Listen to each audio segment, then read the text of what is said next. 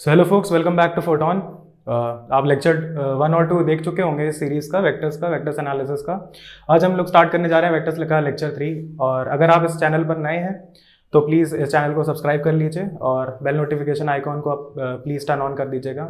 उससे आपको इस चैनल से रिलेटेड सारे अपडेट्स मिलते रहेंगे और सारे लेक्चर जो आने वाले हैं वो आपको पता चलते रहेंगे।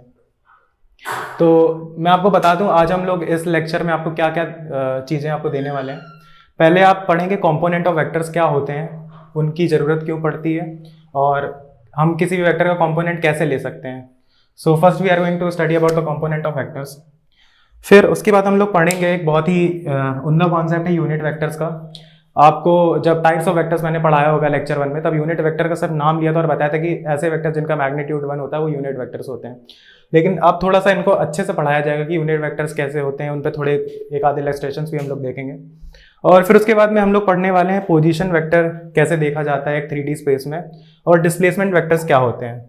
जस्ट अ कॉन्सेप्ट आपको दिया जाने वाला है, क्योंकि इसमें ऐसा कुछ नहीं है। अभी जब प्रॉब्लम सॉल्विंग सेशन कराए जाएंगे आपको, अभी सिर्फ आपको एक छोटी छोटी ग्लिम्स दी जा रही है थ्योरी की, और थ्योरी जितनी सफिशिएंट है फॉर सॉल्विंग क्वेश्चंस वो पढ़ाई जा रही है। मेन जब मैं पढ़ाऊंगा वो क्वेश्चंस का यूज करके आपको पढ़ाऊंगा कई सारे कंसेप्ट्स, और वैसे मैं सारे ही पढ़ा चुका हूँ आपको सारे कंसेप्ट्स।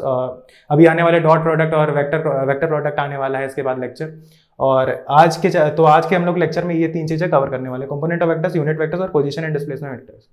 तो चलिए स्टार्ट करते हैं अपना पहला टॉपिक, कंपोनेंट ऑफ वेक्टर्स। मैं इसको इरेज कर देता हूँ।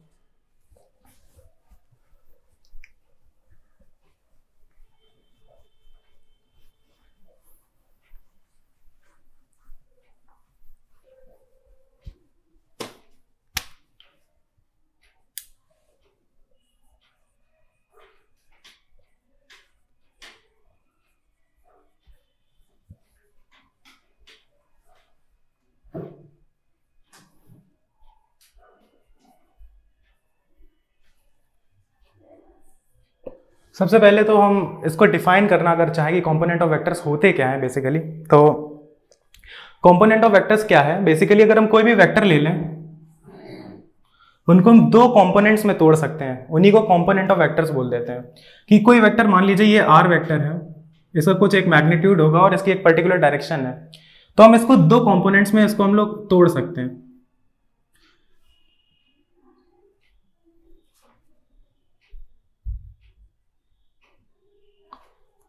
एक ये हॉरिजॉन्टल कंपोनेंट है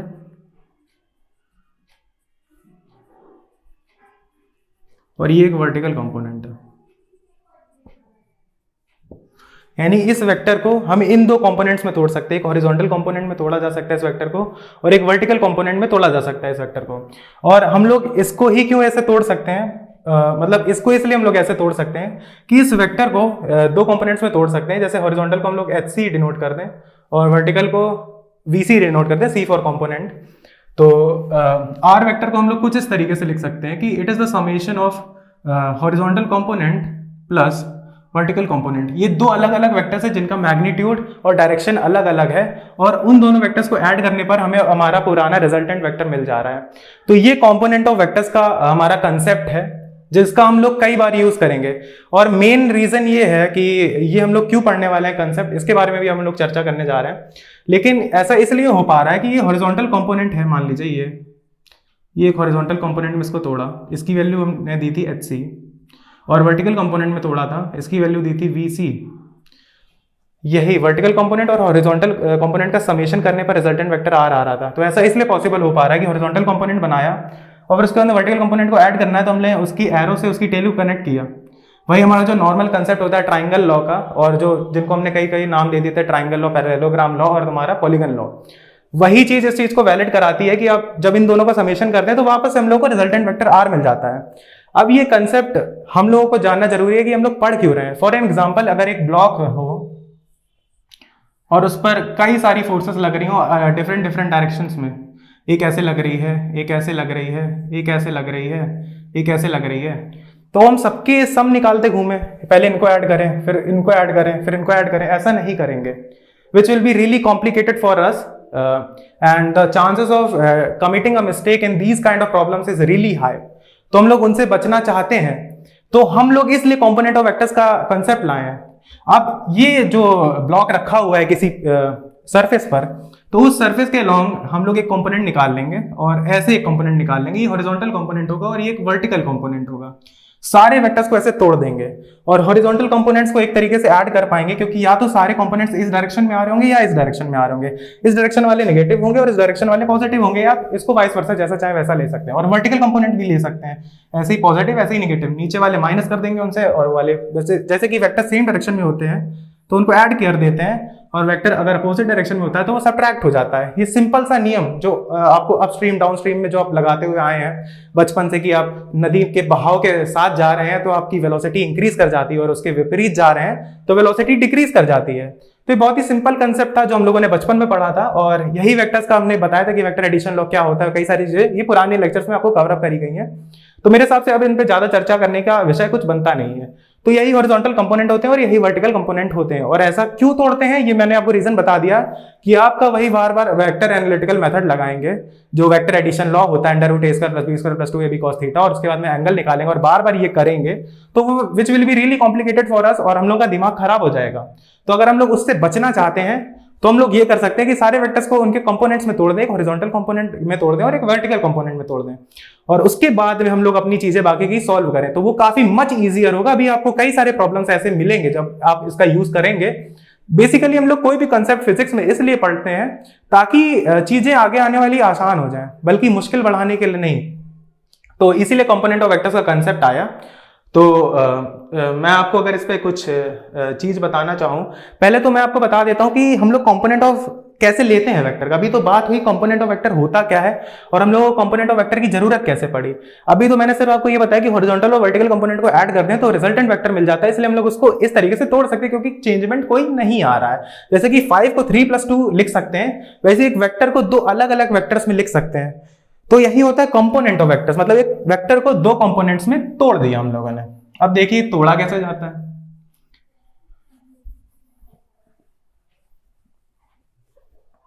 फॉर एन एग्जाम्पल, एक 5 न्यूटन की फोर्स ले लेते हैं हम लोग। एक ये ब्लॉक ले लिया हमने।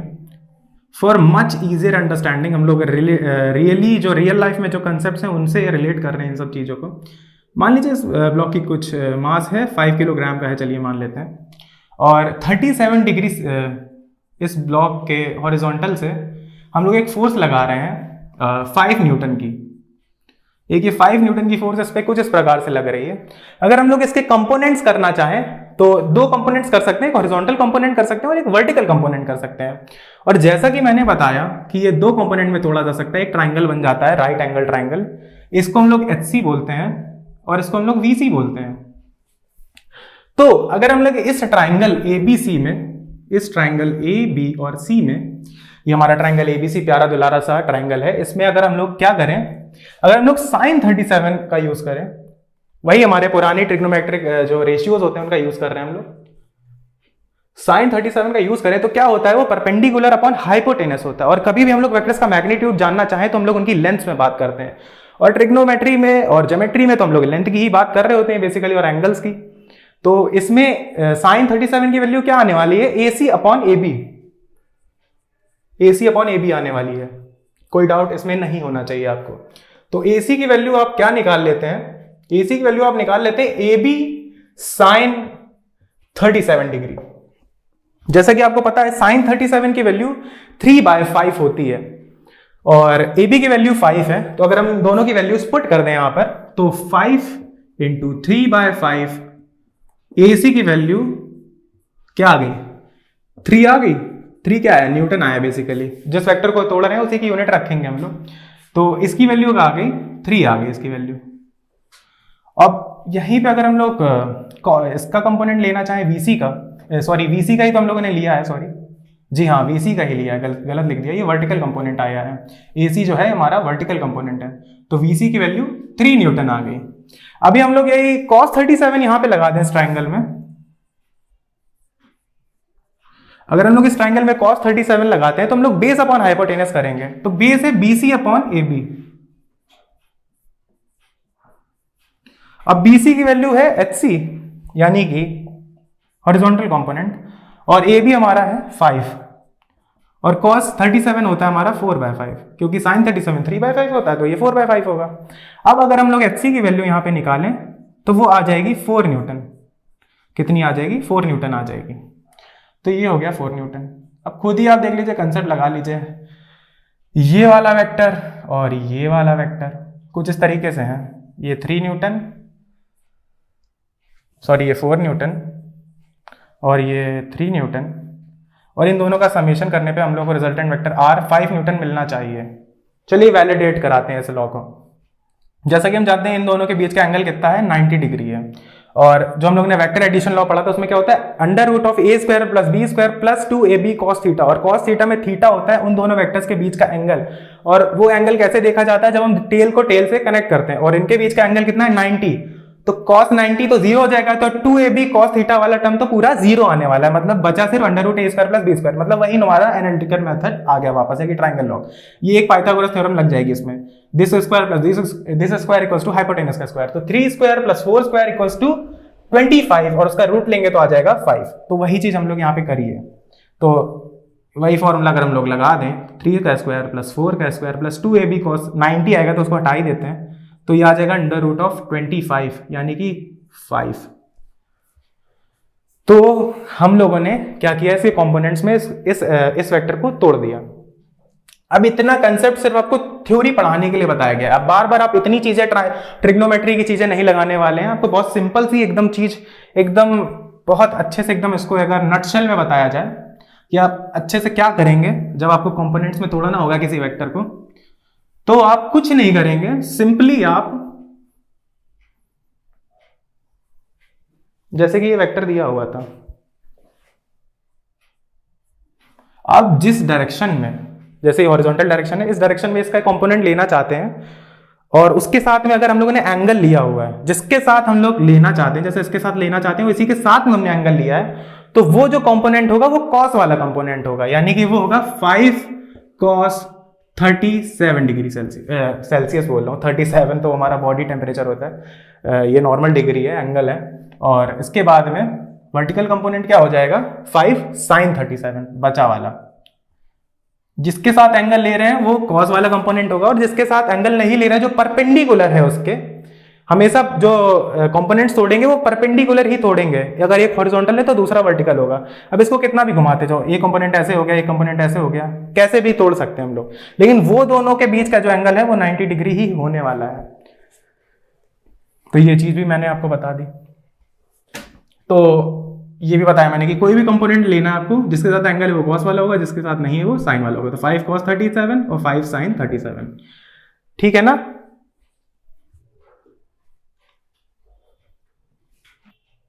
बेसिकली जब भी अब आपको कॉन्सेप्ट पढ़ा रहा था तो बॉक्स का यूज करके ही मैं पढ़ा रहा था, फिर भी एक बारी इस तरीके के इलस्ट्रेशन को देख लेते हैं कि आपके नोट्स जो है वो प्रेसाइज बने। तो इधर क्या बोल रहा है इलस्ट्रेशन, एक बार पढ़ देता हूं मैं आपकी सहूलियत के लिए। A force of 15 newton acts on a box as shown in figure, what are the horizontal and vertical component of the force. तो बेसिकली एक बॉक्स रखा हुआ है किसी सरफेस पर, और उस पर 60 डिग्री के एंगल पर, मतलब फिगर मैं बता रहा हूँ, फिगर बना हुआ है, पे एक फोर्स लग रही है, और मुझे इस फोर्स के 2 कंपोनेंट्स करने, एक हॉरिजॉन्टल कंपोनेंट और एक वर्टिकल कंपोनेंट करना है। तो हम लोगों ने अभी ये पढ़ा कि जिसके साथ में एंगल हो उसी की डायरेक्शन में हमको कंपोनेंट लेना हो, हॉरिजॉन्टल डायरेक्शन में लेना है, और उसी के साथ में एंगल है, तो उसका कॉस कंपोनेंट उसका वो कंपोनेंट देगा। तो इसका हॉरिजॉन्टल कंपोनेंट क्या आने वाला है? 15 cos 60। cos 60 की वैल्यू कितनी होती है? 1/2 होती है, तो ये 15/2। और हमारा इसका वर्टिकल कंपोनेंट कितना आने वाला है? 15 sin 60 आएगा, बचा वाला साइन होता है। अब sin 60 की वैल्यू कितनी होती है? √3/2 होती है, तो ये आ जाएगा 15 × √3/2। दोनों कंपोनेंट्स हमने निकाल दिए। दोनों की ऑब्वियस ही बात है, यूनिट जो है वो न्यूटन होने वाली है। ये बोर्ड के मास्टरों के लिए बड़ा जरूरी है, बिना छोड़े मत आइएगा, नंबर काट लेते हैं। और हॉरिजॉन्टल कंपोनेंट भी आ गया, वर्टिकल कंपोनेंट भी आ गया, और इसी के साथ हमारा क्वेश्चन भी हो गया। तो यही क्वेश्चन था।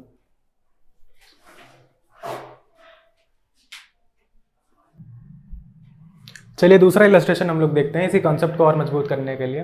क्वेश्चन हमसे क्या बोल रहा है, a person in wheel chair is moving up ramp at constant speed, their total weight is 900 newton, the ramp makes an angle of 37 degree with the horizontal, calculate the component of its weight parallel and perpendicular to the ramp. अभी जैसा कि मैंने आपको बताया कि दोनों components के बीच का एंगल हमेशा 90 डिग्री होगा, वही यहाँ पे बोला जा रहा है कि एक व्हील चेयर में एक बंदा ऊपर को, एक रैम्प है, रैम्प ये बेसिकली ऐसे एलिवेटेड रैम्प है और उसका एंगल ऑफ एलिवेशन 37 डिग्री बोला गया है विद हॉरिजॉन्टल, और वो ऊपर चढ़ने की कोशिश कर रहा है और उसका जो कलेक्टिव वेट है with wheel chair is 900 Newton यानी कि 90 किलोग्राम्स बेसिकली। वो 900 न्यूटन का जो फोर्स है वो कुछ इस प्रकार से लग रहा होगा, बिल्कुल अर्थ की डायरेक्शन में लग रहा होगा ऐसे। अब हम लोगों को इस फोर्स के बेसिकली कंपोनेंट्स लेने हैं parallel to the ramp and perpendicular to the ramp. Parallel to the ramp क्या होगा, ये होगा, और परपेंडिकुलर टू द रैम्प क्या होगा, ये होगा। अब हमें इस डायरेक्शन में इसके कंपोनेंट्स को तोड़ना है। 900 न्यूटन को कुछ इस प्रकार लिखना है कि उसको ऐड करने पर फिर से 900 न्यूटन आ जाए, दोनों कंपोनेंट्स में तोड़ना है। ये बेसिकली जब हम लोग एनएलएम पढ़ेंगे न्यूटन लॉज ऑफ मोशन, उसमें कई सारे फ्री बॉडी डायग्राम्स बनाएंगे। तो बेसिकली ये बहुत ही कॉमन सी चीज है कि जब भी आपको इस तरह के वेज दिखेंगे, इस तरीके के रैंप दिखेंगे, तो उनके एंगल ऑफ एलिवेशन का यूज करके हम लोग इसको हम लोग तोड़ने वाले हैं, ठीक है ना। इसको हम लोग तोड़ेंगे, किसमें तोड़ेंगे, हॉरिजॉन्टल और वर्टिकल कंपोनेंट में, और बाकी की चीजें एनालाइज करेंगे। तो ये बस उन टाइप के क्वेश्चंस का एक छोटा सा पार्ट है जो इसमें क्वेश्चन में करा जा रहा है for development of your concept. तो हम लोग क्या करेंगे, पहले तो हम लोग को एंगल चाहिए होगा कंपोनेंट तोड़ने के लिए कि जिस डायरेक्शन में हम लोग एंगल लेंगे उस डायरेक्शन का कंपोनेंट हमें तुरंत कॉस के साइन के साथ पता चल जाएगा, कॉस के साथ एंगल के साथ पता चल जाएगा और दूसरा वाला साइन के साथ पता चल जाएगा। तो बेसिकली हम लोग क्या करते हैं, पहले तो एंगल फाइंड कर लेते हैं। एंगल फाइंड करना बहुत ईजी है, ज्योमेट्री लगेगी इसमें, बस नॉर्मल जो हमारी 10th क्लास की ज्योमेट्री होती है कि ट्राइंगल के तीनों एंगल्स का सम 180 डिग्री होता है। तो क्या होगा, देखिए पैरेलल और परपेंडिकुलर चाहिए, तो एक परपेंडिकुलर बना लेते हैं, इस डायरेक्शन में एक परपेंडिकुलर हो गया, और पैरेलल क्या हो गया, पैरेलल टू द रैम्प, ये हो गया, ये हो गया ना, मतलब पैरेलल है, थोड़ा सा टेढ़ा बन गया मेरे से। अब हम लोगों को ये एंगल अगर पता चल जाए तो हमारा काम बन जाएगा। अब ये एंगल पता करने के लिए हम लोगों को ये एंगल पता होना चाहिए। देखिए ये 37 है, ये 90 है, तो ये वाला एंगल जो होगा, सॉरी फॉर द कट, चलिए वापस आ जाते हैं कि एंगल हम लोगों को पता करना है, ये वाला एंगल पता करना है। तो उसके लिए हमें ये वाला एंगल पता होना चाहिए। तो ये वाला एंगल हम लोग ऐसे पता करेंगे कि ये जो ट्राइंगल है, ये वाला जो ट्राइंगल है, इसके सारे एंगल्स का सम 180 डिग्री होता है। अगर ये 90 है, ये 37 है, तो ये बचा वाला 53 डिग्री होगा, और ये पूरा 90 है, ये पूरा एंगल 90 है, और इतना सा एंगल 53 है, तो ये वाला एंगल जो होगा वो कितना आने वाला है, 37 आने वाला है। तो ये हमेशा आप आगे के लिए याद रख लीजिए, हमेशा आगे के लिए याद रख लीजिए कि ये वाला जो एंगल होगा वो एंगल ऑफ एलिवेशन के हमेशा इक्वल होता है। आप बार बार ये नहीं करेंगे, हमेशा ये याद रख लीजिए कि ये जो वेट ऐसे नीचे लग रहा होता है, इसके साथ में जो हम लोग परपेंडिकुलर कंपोनेंट लेंगे वो उसका एंगल इसके साथ में, इस वेट के डायरेक्शन में जो वेक्टर अगर कोई अज्यूम करें उसके साथ में जो एंगल होगा वो 37 डिग्री होगा, जो कि एंगल ऑफ एलिवेशन है। बेसिकली हमेशा 37 डिग्री नहीं होगा, इस क्वेश्चन में 37 डिग्री है, एंगल ऑफ एलिवेशन के इक्वल होगा, ये हमेशा याद रखिएगा। अब हम लोग इसका कंपोनेंट लेना चाहें तो इस डायरेक्शन में जो होगा, इस वेट का ना इस डायरेक्शन में कंपोनेंट लेना चाहे तो वो कॉस वाला होगा। ये इसके साथ में एंगल लिया है 37, तो इसके साथ में कॉस वाला ही होगा, तो वो क्या हो जाएगा 900 कॉस 37 डिग्री। और दूसरा वाला ये वाला जो होगा वो कितना होगा, वो होगा 900 साइन 37 डिग्री। इसको सॉल्व करना चाहें हम लोग तो कितना आएगा, 900 इंटू 4/5,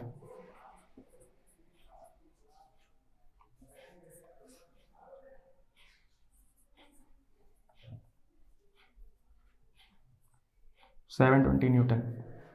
और दूसरा वाला कितना आएगा,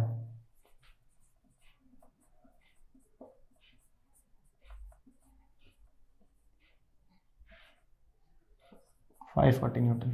यही दोनों आने वाले हैं। तो इसके दो कंपोनेंट्स होंगे, ये वाला जो कंपोनेंट होगा कॉस वाला वो कितना है 720 न्यूटन, और ये वाला जो कंपोनेंट होगा वो कितना है 540 न्यूटन। हमारा सवाल समाप्त होता है, यही हमें फाइंड करना था। पैरेलल और परपेंडिकुलर टू द रैम्प जो उसके कंपोनेंट्स आएंगे उनकी वैल्यू फाइंड करनी थी, कितनी है 720 न्यूटन और 540 न्यूटन। इस क्वेश्चन में सिर्फ हम लोग को एंगल पता करना था, और एंगल ये याद रखिएगा आगे के लिए कि एंगल ऑफ एलिवेशन के इक्वल होता है, इस तरीके का जो एंगल होता है। तो हम लोगों ने दोनों कंपोनेंट्स को तोड़ दिया और हम लोगों को आंसर मिल गया। तो हमारा इलस्ट्रेशन नंबर 2 खत्म होता है।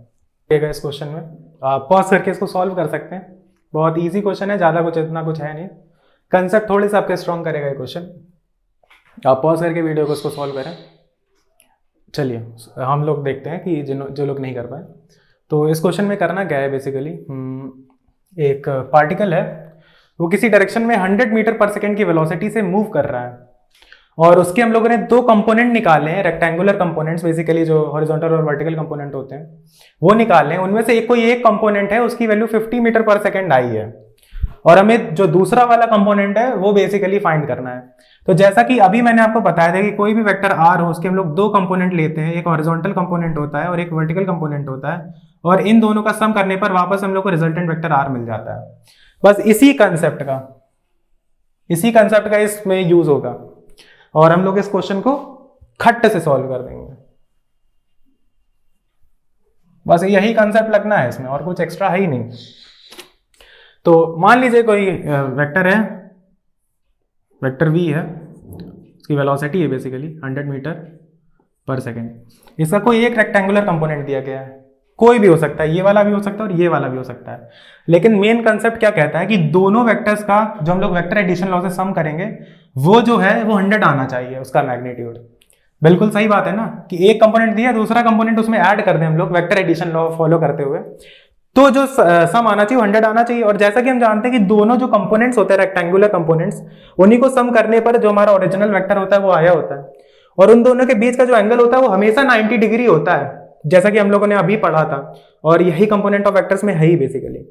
तो हम लोगों को कॉस थीटा जो उस फॉर्मूले में आता है, under root A square plus B square plus 2ab cos theta, उस थीटा की वैल्यू हमें ऑलरेडी पता है कि वो 90 डिग्री है, और आर की वैल्यू पता है और एक ए की वैल्यू पता है, बस हमें बी फाइंड करना है। तो बस सिंपल सी चीज है कि एक फॉर्मूले में हमें सारी चीजें पता है, बस एक चीज नहीं पता है तो उसकी वैल्यू फाइंड करनी है बेसिकली। तो क्या करेंगे हम लोग, रिजल्टेंट वेक्टर आर है जो कि ये 100, क्या है 100, वो कैसे आया होगा, under root of A square, यानी कि एक रेजोल्यूशन ऑफ वेक्टर जो है 50 का स्क्वायर,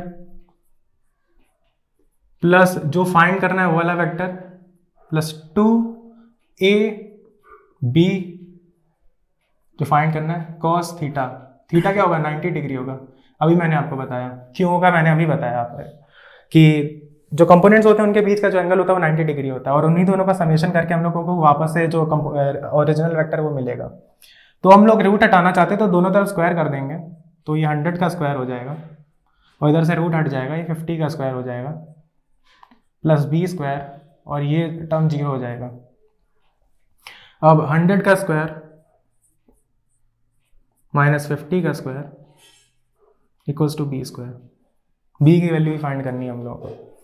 अभी मैंने आपको कई बार बताया कि आपको जिंदगी में कई बार ए प्लस बी का होल स्क्वायर खोलना पड़ेगा, और कई बार ये जो एक्सपेंशन होते हैं वो करने पड़ेंगे, और फिर से यही यूज आ गया। देखिए फिर से ए स्क्वायर माइनस बी स्क्वायर का एक्सपेंशन होता है ए माइनस बी और इनटू में ए प्लस बी। तो ए माइनस बी यानी 100 माइनस 50 और ए प्लस बी यानी कि 100 plus 50 equals to B square. 100 minus 50 होता है 50, 100 प्लस 50 होता है 150, ठीक है ना। और 5 इंटू 15 इंटू 100 भी लिख सकते हैं इसको, इक्वल्स टू बी स्क्वायर। अब रूट ले लीजिए दोनों तरफ, तो हो जाएगा 5 इंटू 15 होता है 75, और 100 ऐसे ही रहेगा और पूरे में रूट आएगा। 100 बाहर निकालने रूट के तो वो 10 हो जाएगा, 10 रूट 75। इसको हम लोग और कुछ लिख सकते हैं क्या, हाँ बिल्कुल लिख सकते हैं। इसको हम लोग लिख सकते हैं 50 रूट 3 हमारा आ जाएगा, ठीक है ना।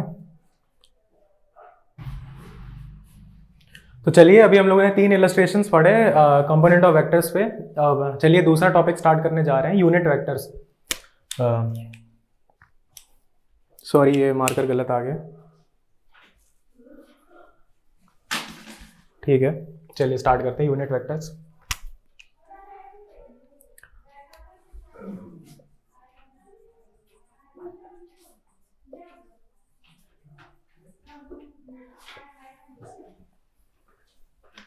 अभी जैसा कि आपने लेक्चर 1 देखा होगा, तो टाइप्स ऑफ वेक्टर में मैंने आपको बताया होगा कि यूनिट वेक्टर्स होते क्या है, एक छोटा सा ग्लिम्स दिया था आपको। यूनिट वेक्टर्स बेसिकली वो सारे वेक्टर्स को हम लोग बोल सकते हैं जिनका मैग्नीट्यूड 1 होता है, उन सारे वेक्टर्स को हम लोग यूनिट वेक्टर्स बोल सकते हैं। अब किसी भी डायरेक्शन में हो सकते हैं, जैसे ये वेक्टर है, इसका मैग्नीट्यूड 1 है, 1 यूनिट इसका मैग्नीट्यूड है, तो this is an unit vector in this direction. इस डायरेक्शन में भी, इस डायरेक्शन में भी, यहाँ भी, किसी भी 3D स्पेस में कहीं पे भी, वो सारे यूनिट वेक्टर्स होते हैं। तो इनको हम लोग अगर डिफाइन करना चाहें,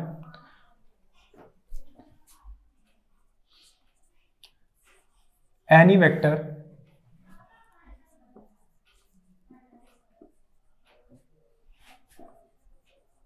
with unit magnitude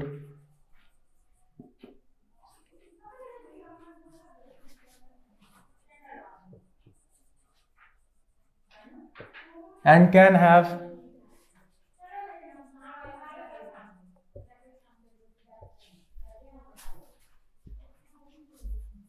any arbitrary direction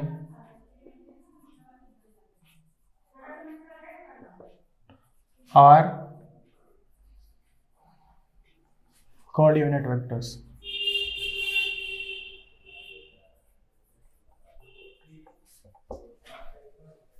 तो ऐसे वेक्टर्स जिनका मैग्नीट्यूड 1 होता है और डायरेक्शन कुछ भी हो सकती है, उनको यूनिट वेक्टर्स बोलते हैं। ये डेफिनेशन इसलिए लिखी गई है ताकि आपके नोट्स जो है वो प्रिसाइज बनते रहें और आपको कोई भी चीज़ ऐसे अनकंफर्टेबल फील ना हो। तो अब हम लोग जानते हैं कि why we basically need unit vectors. तो हम लोग यूनिट वेक्टर्स का कंसेप्ट पढ़ तो रहे हैं, लेकिन ये जानना बहुत जरूरी है कि हम लोग यूनिट वेक्टर्स का कंसेप्ट पढ़ क्यों रहे हैं। तो द क्वेश्चन इज वाई। तो यूनिट वेक्टर्स बेसिकली हम लोग इसलिए पढ़ते हैं कि अगर एक आपको एक कंसेप्ट समझाना हो, एक छोटा सा कंसेप्ट, जैसे कि मान लीजिए कोई फोर्स है इस डायरेक्शन में 50 न्यूटन की, इन दिस डायरेक्शन, ये डायरेक्शन मैंने डिनोट कर दी। अब इस फोर्स पे मैं किसी स्केलर क्वांटिटी का मल्टीप्लाई कर दूं, किसी भी स्केलर क्वांटिटी का मल्टीप्लाई कर दूं, तो इसकी जो डायरेक्शन है वो बिल्कुल चेंज नहीं होगी। इस वेक्टर का मैग्नीट्यूड चेंज हो जाएगा, उसकी वैल्यू बढ़ जाएगी, वो फोर्स और ज्यादा हो जाएगा। जैसे मैं इस पे 5 का मल्टीप्लाई कर दूं, जैसे कि 5 एक स्केलर क्वांटिटी है, ये स्केलर की जगह पे 5 लिखा है, उसका अगर मैं 50 से मल्टीप्लाई करूं तो वो 250 न्यूटन बन जाएगा, लेकिन उसकी डायरेक्शन चेंज नहीं होगी। तो यूनिट वेक्टर का कंसेप्ट बेसिकली इसलिए आया कि हम लोग किसी भी वेक्टर की डायरेक्शन डिनोट कर सकते हैं यूनिट वेक्टर्स का यूज करके। तो हम लोग करते क्या है कि एक डायरेक्शन में एक यूनिट वेक्टर हम लोग डिफाइन कर लेते हैं और उसमें हम कितने भी स्केलर्स का मल्टीप्लाई करके कई सारे अलग अलग मैग्नीट्यूड के वेक्टर्स को डिनोट कर सकते हैं। इसलिए फिजिक्स में हम लोग यूनिट वेक्टर्स का कंसेप्ट वेक्टर एनालिसिस में पढ़ते हैं। फॉर एन एग्जाम्पल,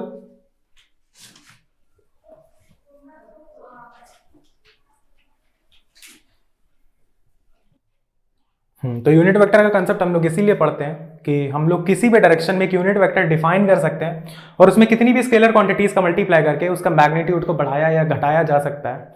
और हम लोग किसी भी एक पर्टिकुलर डायरेक्शन में एक यूनिट वेक्टर डिफाइन करने के बाद में कितने भी वेक्टर्स, अलग अलग वेरिएबल वेक्टर्स को डिफाइन किया जा सकता है। इसलिए हम लोग यूनिट वेक्टर का कंसेप्ट पढ़ते हैं। फॉर एन एग्जाम्पल कि हम लोग एक कोऑर्डिनेट सिस्टम बना लेते हैं कि ये एक्स डायरेक्शन है और ये वाई है, कहीं पे भी हो सकता है। ये 2D प्लेन की बात हो रही है, अभी z एक्सेस को इंक्लूड नहीं किया गया है।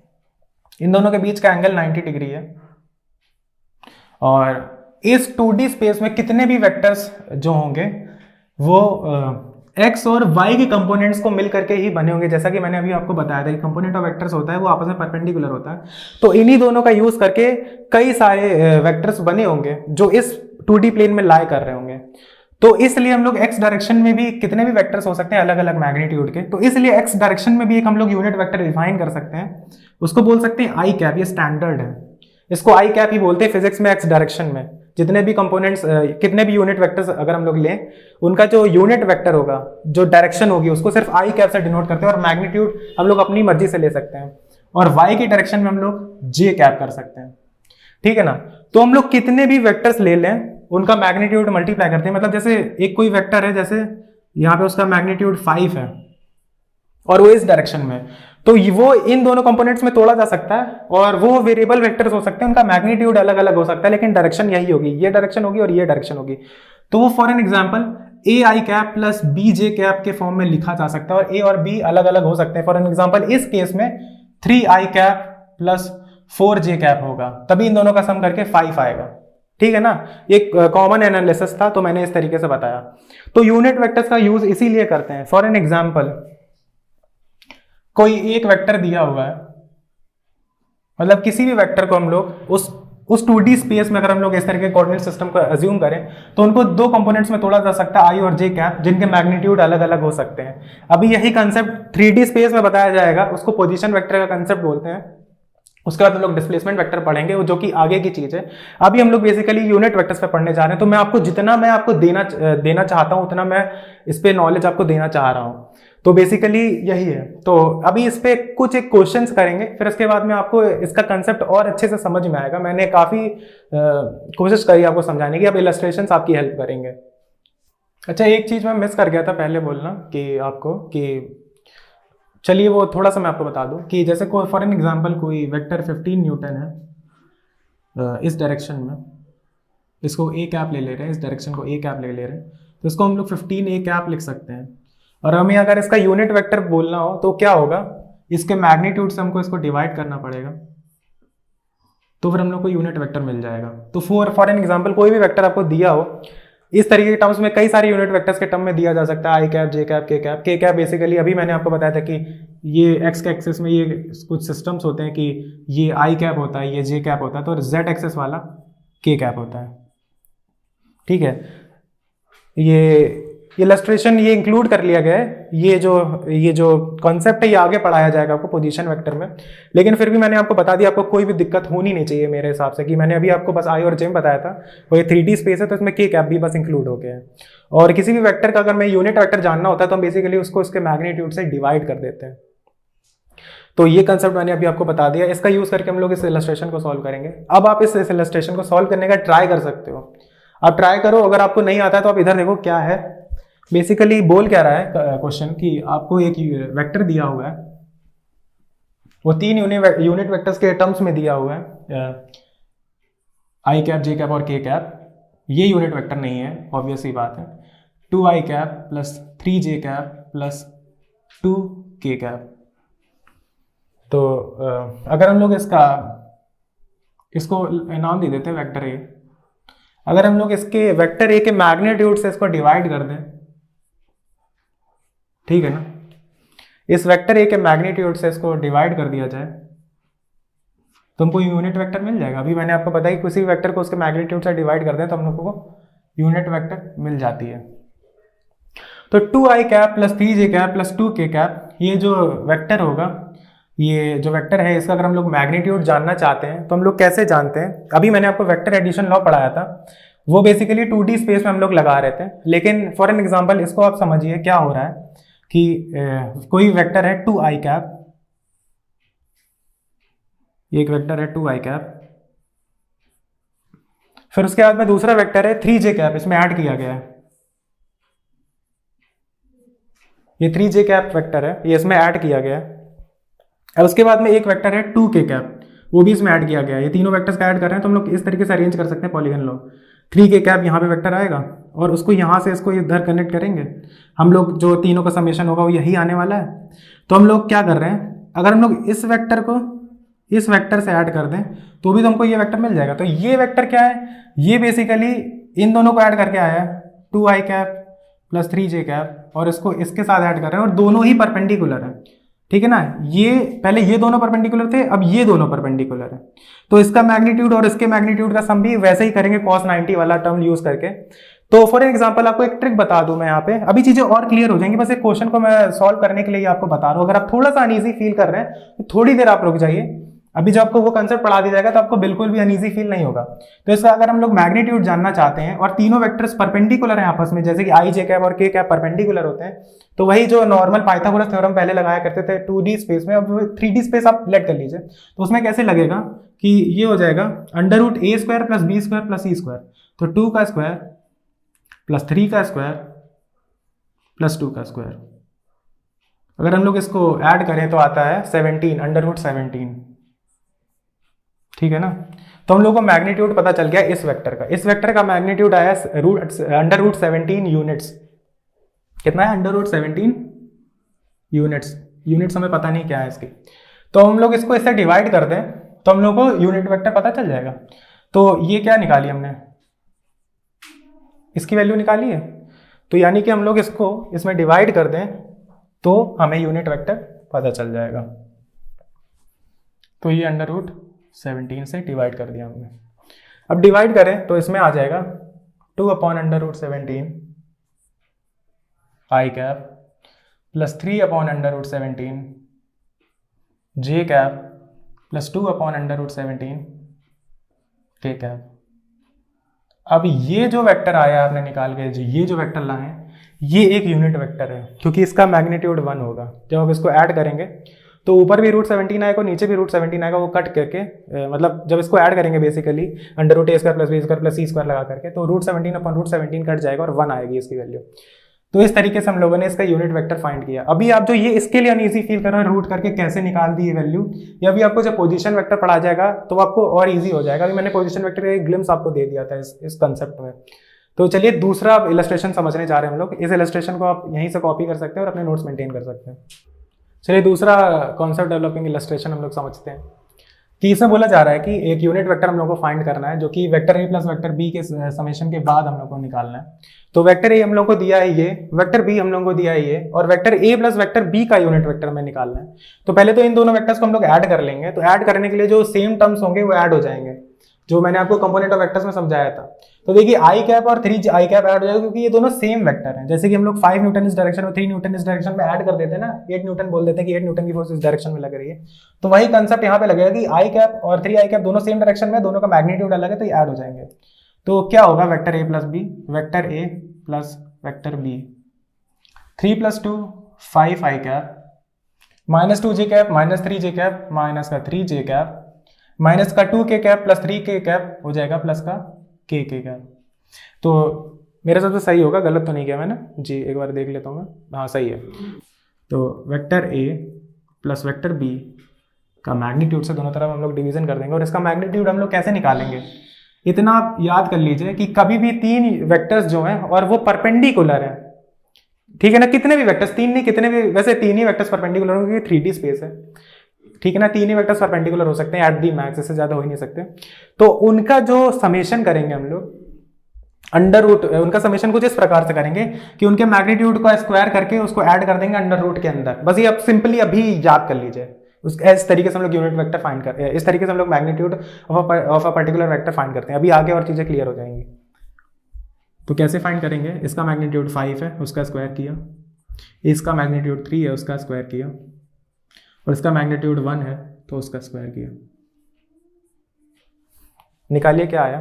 5 का स्क्वायर 25 होता है, 3 का स्क्वायर 9 होता है, तो ये आ गया तुम्हारा 44 + 1 45, तो आ गया आपका 45। तो हम लोग इसका यूनिट वेक्टर फाइंड करना चाहते हैं तो हमें इसके मैग्नीट्यूड से दोनों तरफ डिवाइड करना पड़ेगा। और अभी आप सिर्फ इतना याद कर लीजिए कि अगर कोई भी 3 वेक्टर परपेंडिकुलर है और उनका अगर हमें मैग्नीट्यूड फाइंड करना है तो वो कुछ इस प्रकार से आएगा कि हमको अंडर रूट के अंदर तीनों के मैग्नीट्यूड का स्क्वायर करके सबको ऐड कर देना है और उसका रूट ले लेना है। कैसे, ऐसे, इसका मैग्नीट्यूड 5 है तो उसका स्क्वायर, 3 का स्क्वायर और इस वाले 1 का स्क्वायर, इनको तीनों को ऐड करने पे आएगा आपका 35 आएगा। तो 35 से हम लोग डिवाइड कर देंगे √35 से, तो क्या हो जाएगा 5/√35 i कैप माइनस का 3/√35 j cap plus k cap upon under root का 35। यही आंसर होगा। तो हम लोगों ने क्या फाइंड कर लिया, यूनिट वेक्टर फाइंड कर लिया। किस डायरेक्शन में, वेक्टर a + वेक्टर b की डायरेक्शन में यूनिट वेक्टर हम लोग फाइंड कर चुके हैं। चलिए इलस्ट्रेशन 3 स्टार्ट करते हैं। ये इलस्ट्रेशन आपको बता देगा कि फिजिक्स में हम लोगों को यूनिट वेक्टर क्यों चाहिए होता है। ये कंसेप्ट वही है जो मैं आपको पहले समझा रहा था। मैंने आपको जो कंसेप्ट्स पढ़ाए हैं उन्हीं पे ही मैं इलस्ट्रेशंस आपको पढ़ा रहा हूँ ताकि आपको कंसेप्ट स्ट्रांग हो जाए बाय सॉल्विंग सम क्वेश्चंस। तो क्या इसमें बोला जा रहा है कि एक यूनिट वेक्टर हम लोग को फाइंड करना है जिसका मैग्नीट्यूड इस वेक्टर के इक्वल हो 3i कैप + 4j कैप, और ये जो वेक्टर हो ये इस वेक्टर की डायरेक्शन में होना चाहिए। इस वेक्टर की डायरेक्शन में हमें एक वेक्टर फाइंड करना है जिसका मैग्नीट्यूड इस वेक्टर के मैग्नीट्यूड के बराबर हो।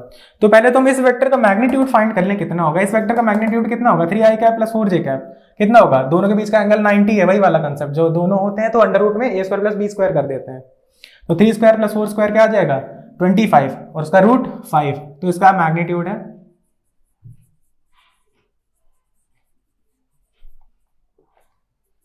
5। अब इस डायरेक्शन में फाइंड करना है, तो इस डायरेक्शन हम लोग कैसे फाइंड करेंगे, इतना मैग्नीट्यूड होना चाहिए और इसकी डायरेक्शन होना चाहिए। तो हमें इसका यूनिट वेक्टर मिल जाए और उसको इस मैग्नीट्यूड से मल्टीप्लाई कर दें, क्योंकि ये तो एक स्केलर क्वांटिटी है, तो हम लोग को ऐसा वेक्टर पता चल जाएगा जिसका ये मैग्नीट्यूड ये हो और डायरेक्शन ये हो, ठीक है ना। इसकी डायरेक्शन का, इस डायरेक्शन का यूनिट वेक्टर क्या होगा, इसको हमें इसके मैग्नीट्यूड से डिवाइड करना पड़ेगा, इसके मैग्नीट्यूड से नहीं, इसके मैग्नीट्यूड से डिवाइड करना पड़ेगा। और उसका मैग्नीट्यूड हम लोग कैसे फाइंड करेंगे, under root of a square plus b square plus c square, क्योंकि यहाँ पे वेक्टर a और वेक्टर b और वेक्टर c तीनों आपस में परपेंडिकुलर है। 9i cap plus 2j cap और रूट 3 के कैप, तीनों वेक्टर्स परपेंडिकुलर हैं आपस में, तो इसलिए under root of a square plus b square plus c square. तो 9 का स्क्वायर कितना होता है 81, 2 का 4 और रूट 3 का 3, तो ये कितना आ जाएगा अंडर रूट ऑफ 88 आ जाएगा। तो इसको हम लोग अंडर रूट ऑफ 88 से डिवाइड कर दें, ठीक है ना, तो हम लोग को ये वाली यूनिट वेक्टर मिल जाएगी। और इस यूनिट वेक्टर को फाइंड करने के बाद हम लोग 5 से मल्टीप्लाई कर देंगे और उसके बाद हम लोग कैलकुलेट कर लेंगे, ठीक है ना। आई कैप और जे कैप और के कैप तीनों के टर्म्स अलग अलग लिख देंगे और हमें आंसर मिल जाएगा। तो मैंने आपको सोल्यूशन वाला पार्ट आपके लिए होमवर्क कर दिया है, आपको कंसेप्ट बता दिया गया कि क्या किया जाएगा, ठीक है ना। तो आप उसको बिल्कुल ईजिली आप सॉल्व कर सकते हैं। तो आप ऐसे करिएगा कि 5 का उससे मल्टीप्लाई कर दीजिएगा, ये जो क्वांटिटी आएगी आपकी, तो आपको ये सॉल्यूशन आपको मिल जाएगा इस क्वेश्चन का।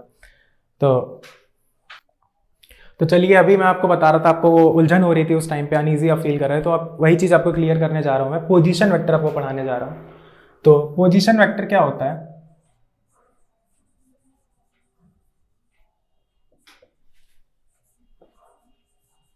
पोजीशन वेक्टर का कंसेप्ट आपको पढ़ाया जा रहा है। एक कोऑर्डिनेट सिस्टम हम लोग अज्यूम कर लेते हैं, बना लेते हैं। ये x डायरेक्शन है, ये y कोऑर्डिनेट है और ये z आपकी तरफ आता हुआ z कोऑर्डिनेट। अब ये बनाया नहीं जा सकता, तो इस तरीके से दिखाया जा रहा है। तो हम लोग इसको ओरिजिन ले लेते हैं, तो हम इसके रिस्पेक्ट में हम कोई भी पोजीशन वेक्टर बना सकते हैं, किसी की भी पोजीशन बता सकते हैं। जैसे आपने कोऑर्डिनेट ज्योमेट्री में पढ़ा होगा कि 3, 2, 5 ऐसे आप पॉइंट बताते थे किसी भी 3D स्पेस में, तो वेक्टर को भी वैसे रिप्रेजेंट किया जा सकता है। मानिए कि कोई वेक्टर यहाँ पे है ए 3D स्पेस में, यहाँ पे होगा कहीं, ठीक है ना, ऐसे कहीं होगा, ये z एक्सिस ऐसे आई हुई है और वो यहाँ कहीं होगा, बनाया नहीं जा सकता, तो ये यहाँ पे, ये मान लीजिए ये x y z प्लेन में, इसके मतलब तीनों टर्म्स आने वाले हैं, A I cap plus B J cap plus C K cap. तो हुआ क्या है कि इनको 3 वेक्टर्स में तोड़ा गया है, 3 कंपोनेंट है इसके, एक्स वाई और जेड डायरेक्शन में। ये ए आई कैप, फिर इसमें बी जे कैप का ऐड किया गया, तो बी जे कैप ये होगा, इसको शिफ्ट करके यहाँ ला सकते हैं, वेक्टर शिफ्ट किया जा सकता है, उसकी डायरेक्शन हम लोग नहीं चेंज करो, ना ही मैग्नीट्यूड। फिर बी जे कैप ये है, ठीक है ना। फिर उसमें सी के कैप का एडिशन किया गया, सी के कैप इधर होगा, लेकिन उसको शिफ्ट करके यहाँ पे ला सकते हैं, तो सी के कैप यहाँ पे होगा कहीं। आप ये बनाया नहीं जा सकता, आप एज्यूम करिएगा कि ये सी के कैप ऐसे कुछ है, ऐसे सी के कैप है। तो अब हो क्या रहा है कि हम लोगों ने पहले ए प्लस बी इसको कैलकुलेट किया, ये क्या होगा under root of A square plus B square तो होने वाला है रिजल्टेंट जो होगा। क्यों होगा, क्योंकि दोनों के बीच का एंगल 90 डिग्री होगा। ये ए आई कैप है, ये बी जे कैप है, दोनों के बीच का एंगल 90 डिग्री है, तो कॉस थीटा वाला टर्म 0 हो जाएगा। तो अंडर रूट ऑफ ये कितना आएगा, A square plus B square आएगा, कितना आएगा under root of A square plus B square आएगा। अब देखिए ये जो रिजल्टेंट आया इस वाले में, इस वेक्टर में अगर हम लोग ये वाला वेक्टर ऐड कर दें तो हमें ये वाला ओरिजिनल वेक्टर मिल जाएगा, वेक्टर ए, ओरिजिनल वाला वेक्टर मिल जाएगा। अगर हम लोग इस वाले वेक्टर में ये वाला वेक्टर ऐड करते हैं तो ओरिजिनल वेक्टर मिल जाएगा। अब ये दोनों वेक्टर भी आपस में परपेंडिकुलर है, देख लीजिए, मैंने बनाया नहीं खुद से, ये दोनों वेक्टर भी आपस में परपेंडिकुलर है, तो इनके बीच का एंगल भी 90 होगा। अब इन दोनों के मैग्नीट्यूड को हम लोग वैसे ही सॉल्व कर सकते हैं, cos थीटा वाला टर्म 0 आ जाएगा, तो इसका मैग्नीट्यूड का स्क्वायर, यानी कि इसका मैग्नीट्यूड कितना है, ए स्क्वायर प्लस बी स्क्वायर, इसका स्क्वायर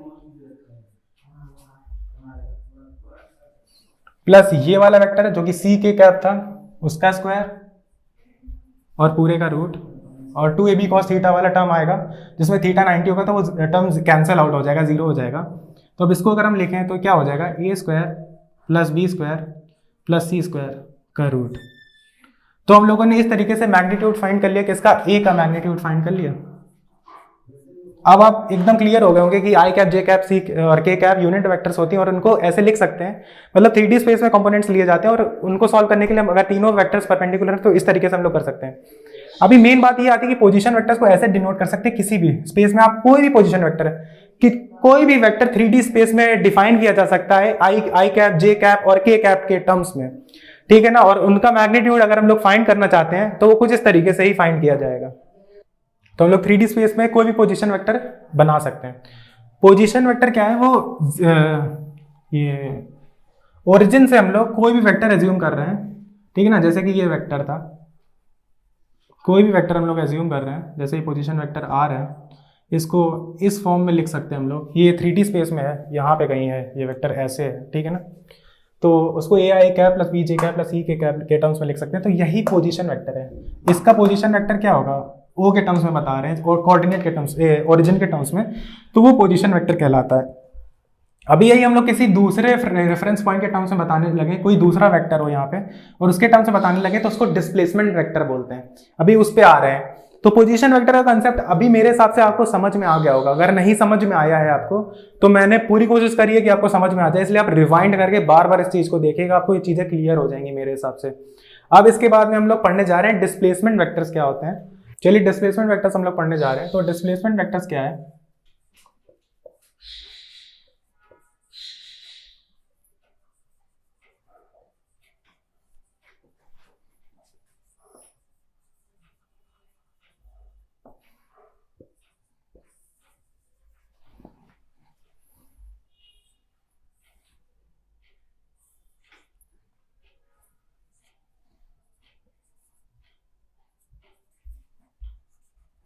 जब कोई भी स्पेस में हम लोग कोई पोजीशन वेक्टर पी ले लेते हैं, A I cap plus B J cap plus C K cap, और कोई पोजीशन वेक्टर क्यू ले लेते हैं, इसको कर देते हैं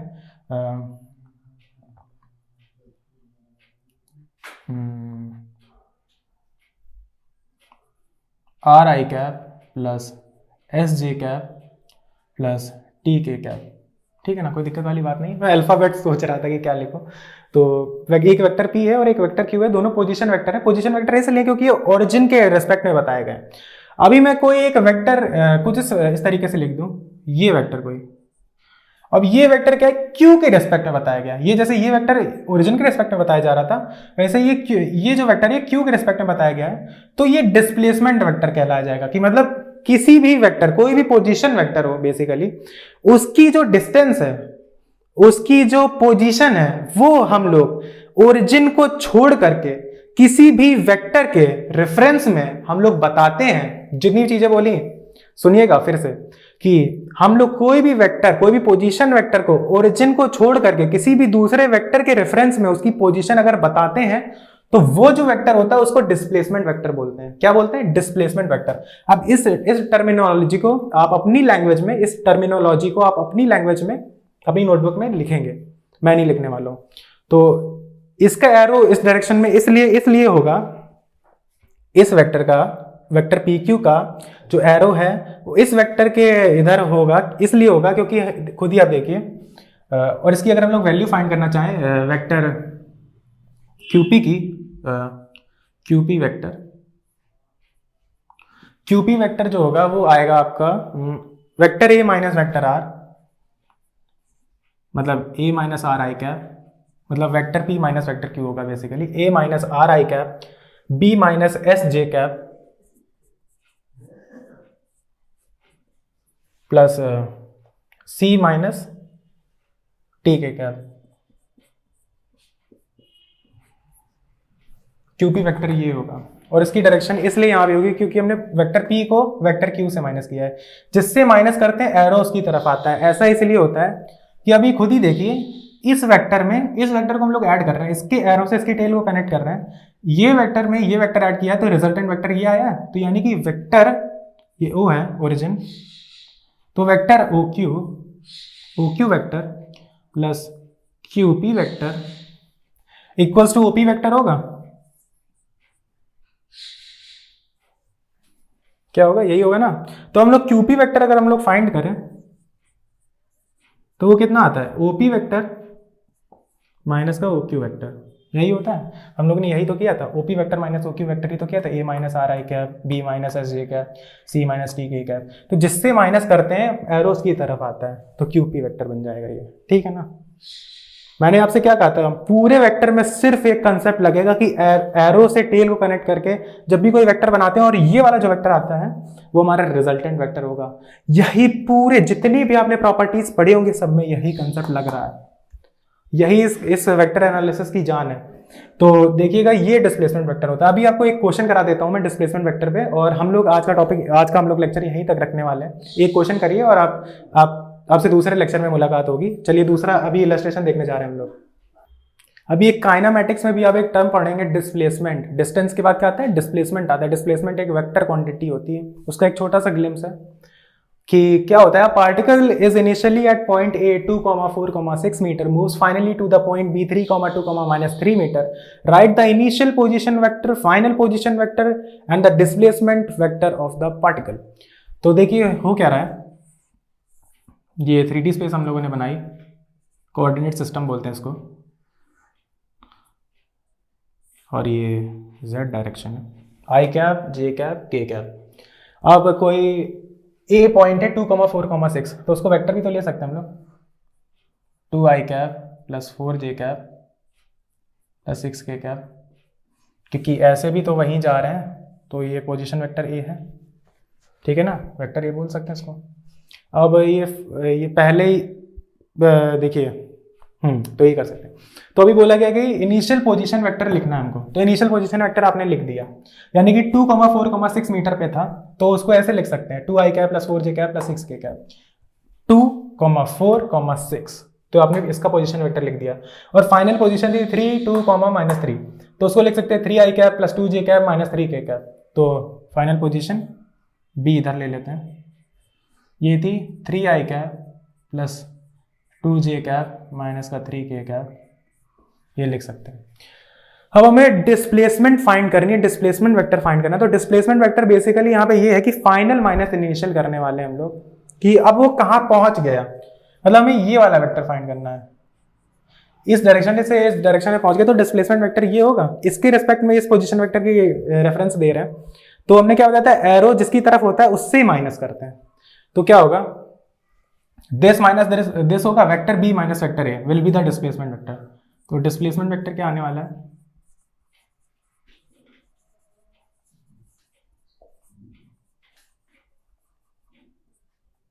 वेक्टर बी